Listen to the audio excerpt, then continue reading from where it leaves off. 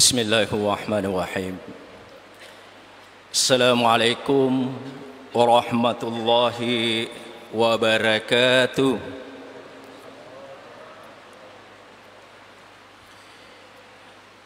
Alhamdulillah. Alhamdulillahilladzi hadana lihadza wa ma kunna linahtadiya laula an hadanallah. أشهد أن لا إله إلا الله وحده لا شريك له وأشهد أن محمدا عبده ورسوله اللهم صل وسلم وبارك على سيدنا محمد وعلى آله وصحبه أجمعين أما بعد.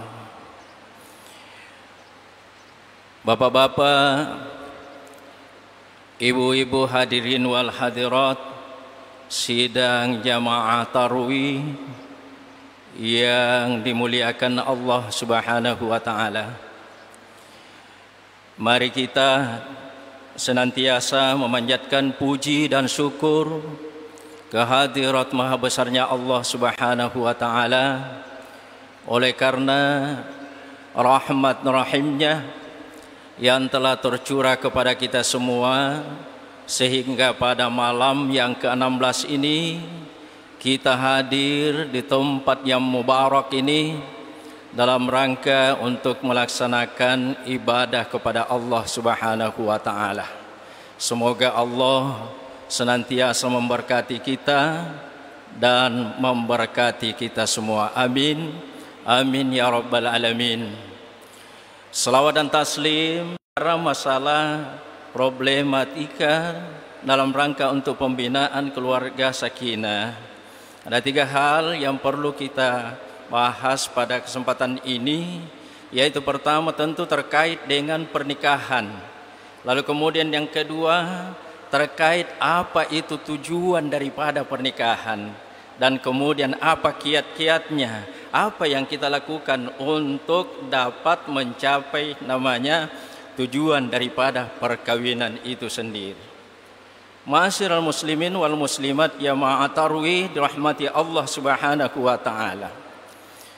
Pernikahan atau perkawinan yaitu suatu ikatan lahir dan batin antara seorang laki-laki dan seorang perempuan yang diikat oleh agamanya dan berdasarkan undang-undang perkawinan. Itulah nikah. Lalu kemudian apa tujuannya? Apa tujuan daripada pernikahan itu? Tentu di dalam pernikahan ini mulia sekali tujuannya untuk kita capai. Apa itu? Adalah untuk membangun suatu rumah tangga yang sakinah, mawaddah, warahmah.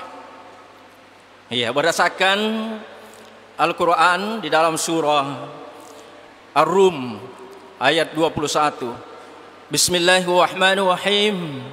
Wa min ayatihi an khalaqalakum min anfusikum azwaja litaskunu ilaiha wa ja'ala bainakum mawaddatan wa rahmah. Inna fi dzalika laayatil liqaumin yatafakkarun. Di antara tanda-tanda kebesarannya Allah Subhanahu wa taala, Ia menciptakan pasangan-pasanganmu bangsa jenismu sendiri. Litaskunu ilaiha, agar kamu itu cenderung merasakan ketentraman kepadanya. Lalu kemudian wa ja'ala bainakum mawaddatan wa rahmah, Allah menjadikan di antara kamu itu rasa kasih dan sayang. Bapak Ibu sidang jamaah tarawih rahmati Allah Subhanahu wa taala. Biasa kita dengar atau kebiasaannya itu kalau ada undangan, ya, ada orang mau pengantin, di situ tertera di dalam undangan itu samawah, sakinah, mawaddah, warahmah. Biasa ada doa juga, biasa semoga tercipta yang namanya samawah, keluarga sakinah, mawaddah, warahmah. Sering juga anak-anak mengatakan seperti itu, remaja, orang dewasa.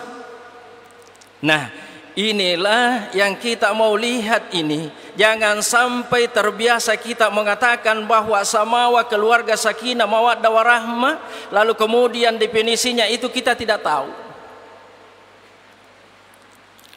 Bapak Ibu sekalian. Nah, kita lihat yang pertama adalah sakinah, bukan sakinah.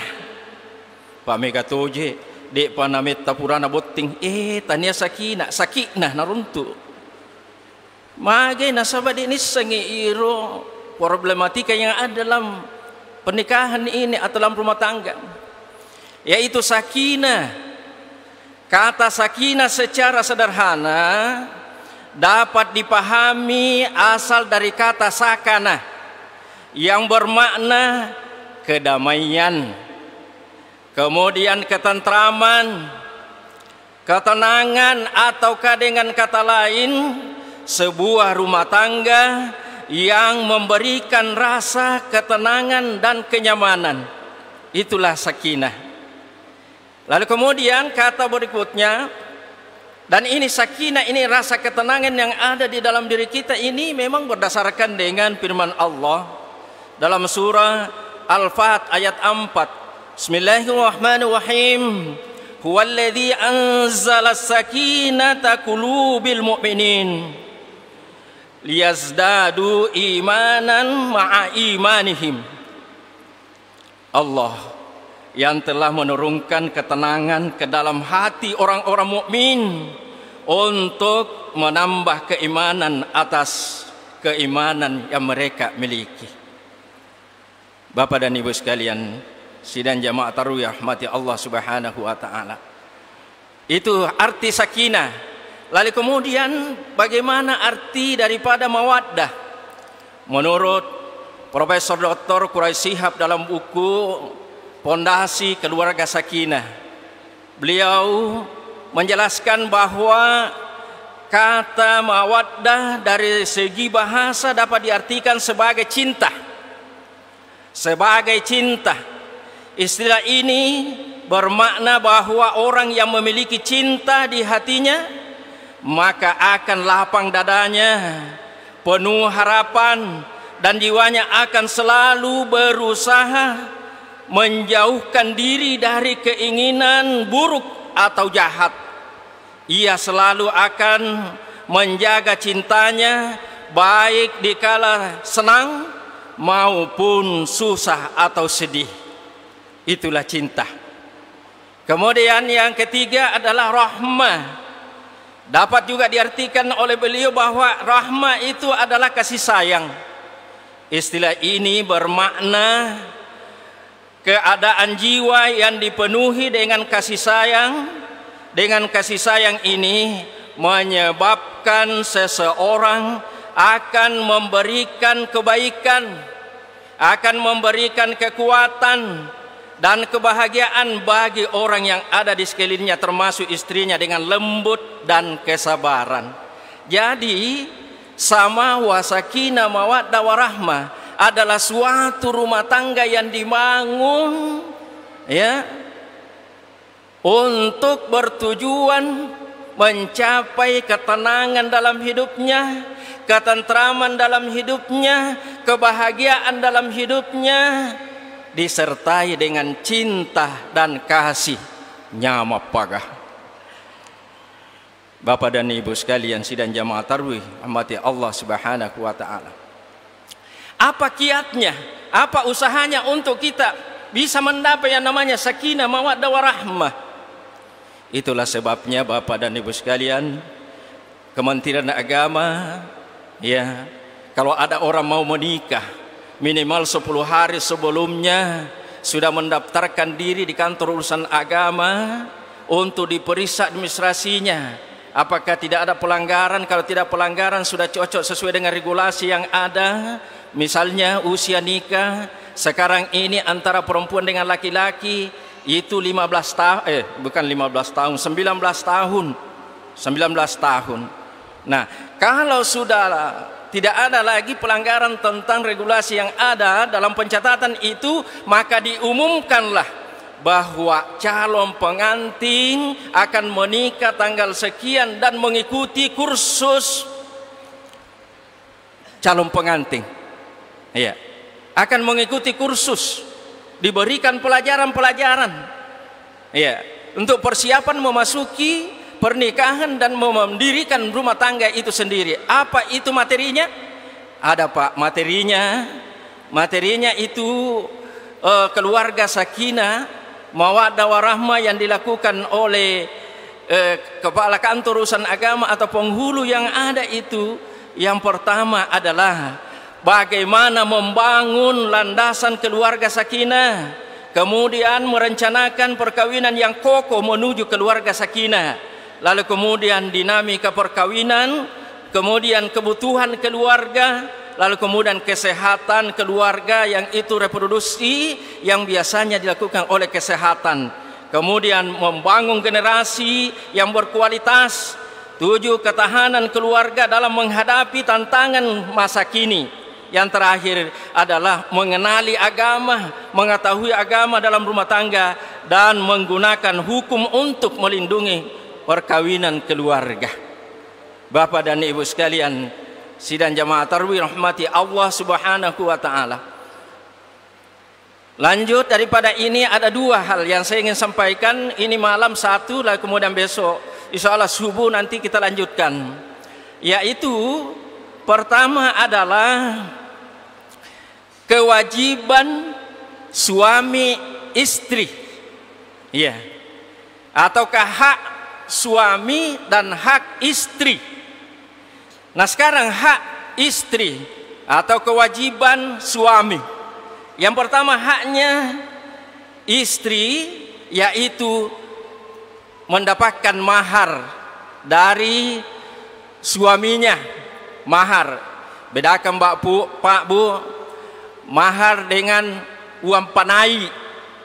Iya, kalau mahar itu miliknya perempuan, kalau uang panai habis untuk dipergunakan pesta. Iya, ada pemuda Pak yang saya tanya, nah berapa umurnya? Dia bilang kurang lebih 30 tahun. Kenapa belum menikah? Nah, saya lihat ini sudah mapan. Dia, Pak Ustaz, saya memang sudah mapan. Iya, sudah lama saya sudah beli cincin untuk mahar 10 gram. Kemudian yang kedua, iya ro angka usorong mantap Tony. Dia mihagaga kesi pakuliaku nasabah ada uang mapanai. Iya, uang panai. Kadang berapa memang uang panai. Nah, kada iya ro duit kumaku kue 30 juta. Nah, iya ro uang panai 100 juta.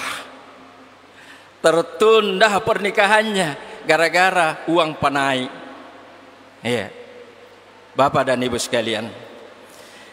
Jadi memang kewajibannya laki-laki memberikan mahar. Apun-apun nayyan naihi makun raihi. Ia mempelai perempuan, dia nawadina ganggu. Ada yang kita dengar Pak baru-baru ini memberikan mahar kepada calon istrinya 500 juta. Wow, 500 juta. Ya. Nah, itu tidak boleh diganggu sekiranya ini terlaksana. Ini tidak boleh diganggu karena miliknya istri. Tapi biasa laki-laki ini setelah menikah, ya mau rampas itu tidak boleh, haram. Ya. Nanti bisa diambil itu kalau minta izin sama istrinya.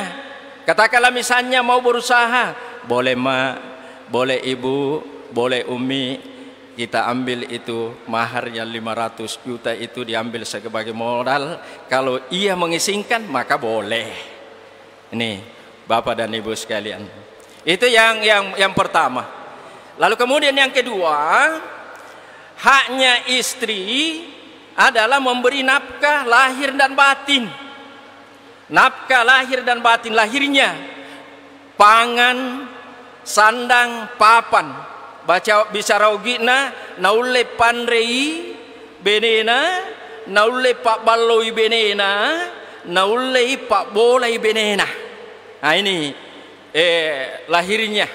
Lalu kemudian batinnya agak kira-kira Pak. Batinnya yang pertama adalah menjaga perasaannya istri. Sekiranya kita marah, merah telinganya, merah matanya, merah mukanya karena marah terhadap istri. Ketika dia ngomong kepada istrinya, maka ucapannya lembut dan baik. Itu namanya menjaga perasaan istri. Iya. Lalu kemudian hubungan suami istri yang intim. Iya. Suami istri yang intim, karena istrinya kita itu Bapak dan Ibu sekalian adalah pakaiannya kita. Lalu kemudian istri kita adalah pakaiannya kita. Iya. Sehingga di dalam surah Al-Baqarah ayat 187 berbunyi Bismillahirrahmanirrahim. Hunna libasun lakum wa antum libasun lahun. Alimallahu annakum kuntum tahtanuna anfusakum fataba alaikum wa afa ankum fal'ana bashiruhunna wabtaghu ma kataballahu lakum. Yang artinya, istrimu adalah pakaian bagimu dan engkau pun adalah pakaian mereka. Allah mengetahui bahwa engkau tidak dapat menahan hawa nafsumu. Karena itu Allah mengampuni engkau dan memberi maaf kepadamu. Maka campurilah mereka istrimu dan ikutilah apa yang telah ditetapkan Allah untukmu. Bapak Ibu sekalian, nafkah batin dan nafkah lahir harus seimbang. Angka nasang ugi maka denamuni makanja otomu maruk magasena mewah angka bolamu makasin mega hetomu mega to asemu mega acemu tapi degaga acomu alai iro acemu mulau. Apa artinya? Lahir dan batin ini memang juga merupakan motivasi untuk kita mencapai yang namanya sakinah, mawaddah, warahmah. Bapak dan Ibu sekalian dirahmati Allah Subhanahu wa taala. Kemudian yang ketiga, hak mendapatkan perlakuan yang baik terhadap suami. Sebagaimana firman Allah Subhanahu wa taala dalam surah An-Nisa ayat 19, "Wa 'ashiruhunna bil ma'ruf, fa in karihtumuhunna fa 'asa an takrahu syai'a wa yaj'alallahu fihi khairan katsira." Pergaulilah istrimu dengan cara yang ma'ruf, yang baik. Kemudian bila engkau tidak menyukai mereka istrimu, maka bersabarlah, karena mungkin engkau tidak menyukai sesuatu padahal Allah menjadikan kepadanya kebaikan yang banyak. Jadi kalau ada hal yang kita tidak suka sama istri, hendaknya kita bersabar bahwa sebenarnya istri kita itu adalah pakaiannya kita. Kalau rusak pakaiannya kita, maka selanjutnya tidak enak lagi kita pakai. Bapak dan Ibu sekalian rahmati Allah Subhanahu wa taala. Keempat, yang terakhir pada malam ini merupakan kewajiban suami, yaitu suami menjaga dan memelihara istrinya, yaitu menjaga kehormatan istri, tidak menyia-nyiakannya, kemudian dapat melaksanakan perintah Allah dan tidak melaksanakan larangannya. Sebagaimana firman Allah Subhanahu wa taala, menjaga keluarga ini, menjaga diri dan keluarga. Ya ayyuhalladzina amanu qu anfusakum wa ahlikum nara. Hai orang-orang yang beriman, peliharalah dirimu dan keluargamu dari apinya neraka. Ini 4 kewajiban daripada suami terhadap istrinya. Sehingga penutup dalam malam hari ini, suami 5 hurufnya. S-nya adalah suka, U-nya adalah usaha, A-nya adalah agar, M-nya adalah menyenangkan, I-nya adalah istri. Artinya suami adalah suka usaha agar selalu menyenangkan istri. Itulah suami. Bapak dan ibu sekalian, sidang jamaah tarawih rahmati Allah Subhanahu wa taala, kita lanjutkan sebentar subuh sebagai hak daripada suami. Semoga ada manfaatnya. Kurang lebihnya mohon dimaafkan. Saya akhiri, wallahu muwaffiq ila aqwamit thoriq. Wassalamualaikum warahmatullahi wabarakatuh.